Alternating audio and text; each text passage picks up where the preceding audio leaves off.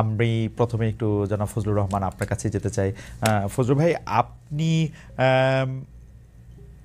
আমি সরাসরি বলি, আপনি এখানে আসবেন এই ঘোষণার পোস্টে দর্শকদের মধ্যে অনেকে মন্তব্য করেছেন যে আপনি আওয়ামী লীগের এজেন্ট। কেউ বলছেন আপনি বিএনপিকে আওয়ামীকরণ করতে চাইছেন। আমাদের প্রশ্ন, আপনি যেভাবে বক্তব্য রাখছেন সম্প্রতি, এই বক্তব্য কি আপনার দল আপনাকে সমর্থন করছে কিনা বা আপনার দলের পক্ষ থেকে কেউ কোনো কিছু বলছে কিনা? অনেক সময় মনে হচ্ছে যে আপনি আওয়ামী লীগের ভয়েসে বা কণ্ঠে কথা বলছেন বা আওয়ামী লীগের সুরে সুর মিলিয়ে কথা বলছেন। ফজলু ভাই, আপনি যদি আমাদের একটু বলতেন।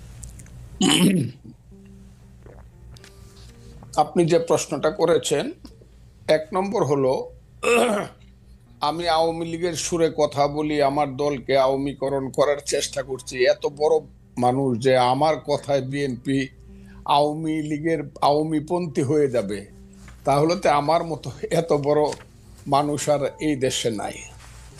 আসলে আমি যদি আমার দলের বিরুদ্ধে কথা বলতাম, তাহলে তো আমার দল তো একদিন আমাকে জিজ্ঞাসা করতো। আপনারা কি কোনো পত্রিকায় বা কোনো টকশোতে বা কোনো ইউটিউবে দেখেছেন যে আমার দল আমাকে জিজ্ঞাসা করেছে যে আপনি কেন এই রকম কথা বলেন? কারণ আমি জানি আমার এই দলটি,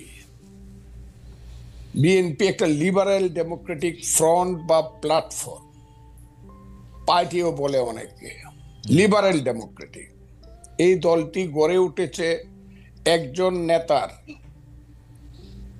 নামে, বা একজন নেতা যার নাম শহীদ প্রেসিডেন্ট জিয়াউর রহমান। উনি দলটি প্রথমে উদ্যোগ নিয়ে গঠন করেছিলেন। তখন আমি ওই দলে ছিলাম না, এটা না থাকাটা কোনো অপরাধ না। আমি তখন ছাত্রলীগের প্রেসিডেন্ট ছিলাম বা ছাত্রলীগ করতাম বা আওয়ামী লীগ পন্থী বা বঙ্গবন্ধু, সেটা ভিন্ন ব্যাপার।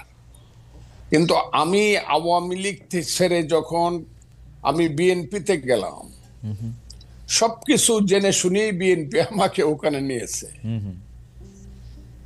এবং বিএনপিতে যখন 2018 সনে আমাদের নেত্রী, দেশ নেত্রী বেগম খালেদা জিয়া জেলে চলে যাবেন 8ই ফেব্রুয়ারি 2018 সন, এর 5 দিন আগে 3রা ফেব্রুয়ারি লা মেরিডিয়ানে একটা মিটিং হয়েছিল উত্তরায়।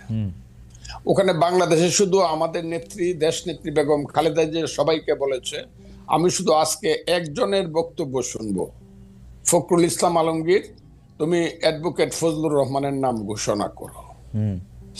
কাজে যিনি সব আমার মাথার উপরের সমস্ত স্থায়ী কমিটির নেতাকে রেখে শুধু ফজলুর রহমানের বক্তৃতা শুনতে চায়, আমার কথায় দলের ক্ষতি হবে এবং দল আমার কাছে জানতে চাবে আমি কি বলেন। না, এটা দর্শকদের কথা। আমাদের মনে হয় যে এই আমি ওই দর্শকদেরকে চিনি। আমি যেদিন থেকে মুক্তিযুদ্ধের পক্ষে কথা বলা শুরু করলাম, হ্যাঁ, সেদিন থেকে প্রধানত আলবদর রাজাকারের ছেলেরা এবং নাতিরা, এরা সব মিলিতভাবে আমার বিরুদ্ধে কথা বলা শুরু। এর আগে আমি সবারই কিন্তু সবচেয়ে জনপ্রিয় ছিলাম। আচ্ছা, এই দেশে যে 5ই আগস্টের আন্দোলন হয়েছে, আমি চ্যালেঞ্জ করলাম, মাসুদ স্বীকার করে, আমার সন্তান তুল্য স্বীকার করবে জানি না, দেশের ভিতরে আমি হাসিনা সরকারের বিরুদ্ধে যা করেছি এবং বলেছি, কোনো বাপকা বেটার সেই বুকের পাটা নাই, প্রত্যেক মুহূর্তে মৃত্যু চিন্তা করে সব কথাগুলো আমি বলেছি। ঠিক আছে ফজলু ভাই, আমি শুধু 2-3টা জিনিস একটু খালি ক্লিয়ার হওয়ার জন্য। এক হচ্ছে যে আমিও আপনার সাথে একমত যে হয়তো আপনার কথাগুলি জামায়াতের এগেনস্টে গেলে জামায়াত এবং তার ছাত্র সংগঠনের লোকেরা নানা ধরনের কথা বলতে পারে। আমি শুধু 2-3টা জিনিস একটু কুইকলি জানতে চাই। 90-এর গণ আন্দোলনের পরে 3 জোটের রূপরেখাতে যখন ছিল, কোনো দলই স্বৈরাচার বা রাজাকারদের কাউকে নিবে না। বিএনপি সবার আগের থেকে গিয়ে যখন তাদেরকে নিল, বা 2001 সালে যখন তাদেরকে পতাকা দিল গাড়িতে, তখনও কি আপনি একইভাবে প্রতিবাদ করেছিলেন? আমি প্রতিবাদ করা না করার প্রশ্ন না, তখন আমি বিএনপি করতাম না। তখন আমি বাংলাদেশে কৃষক শ্রমিক জনতা লীগ নামে কাদের সিদ্দিকী সাহেবকে নিয়ে, বীরুত্তমকে নিয়ে আমি একটা নতুন দল করেছিলাম, যার নাম কৃষক শ্রমিক জনতা লীগ।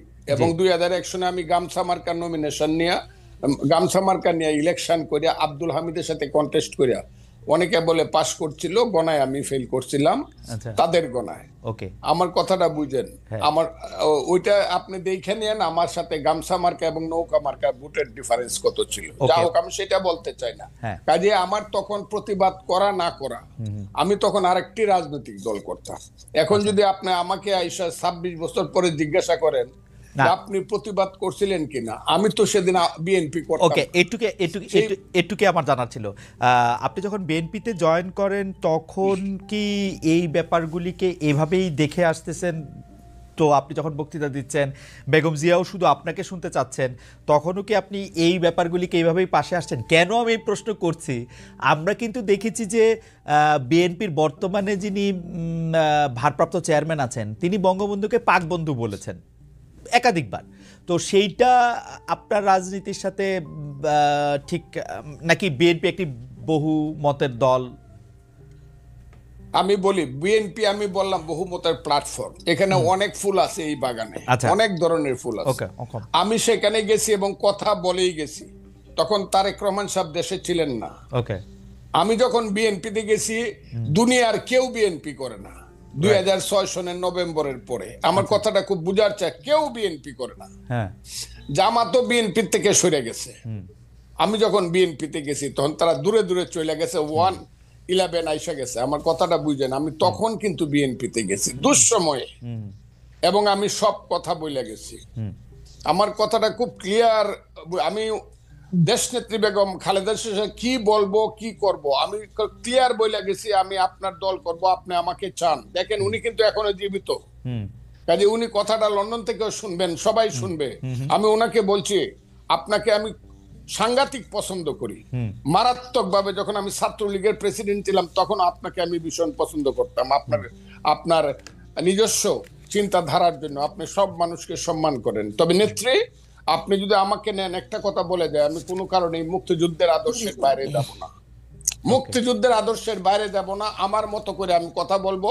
এতে যদি আপনি আমাকে নেন নিবেন, না হলে নিয়েন না। আমি সব কথা বলেই গেছি। কিন্তু ওকে, আপনারা, আমার মনে হয় যে ফজলু ভাইয়ের কথা আমরা সবসময় শুনে আসতেছি, দর্শকরাও আজকে একটা পরিষ্কার